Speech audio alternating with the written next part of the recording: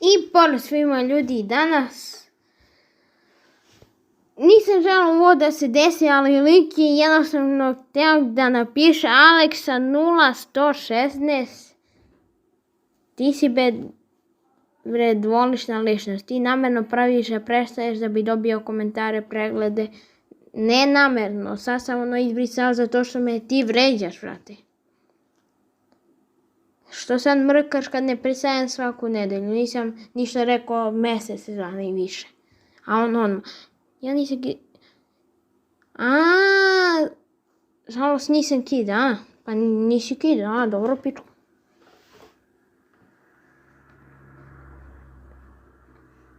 Brate, briga me, ali ako me reportaš i ne stavlja e-mail, najebat ćeš ga mnogo, ja ti kažem. Zato što najviše je zbog školu ovaj mail, a i ne smeš da me reportaš. Ide report slovno, brate, jedan dan će umreš, ja ti garantujem, pa će vidimo.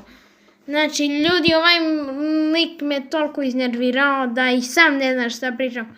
Izvinite ako mrzite uvredi, ja nisam takav da psujem, ali ovaj lik me toliko naterao da ću napraviti distract na njega. Znači, na ovog kida pravim distract.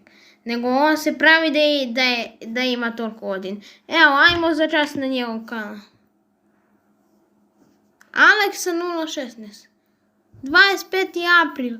Opa, bat, to je ono prošlo.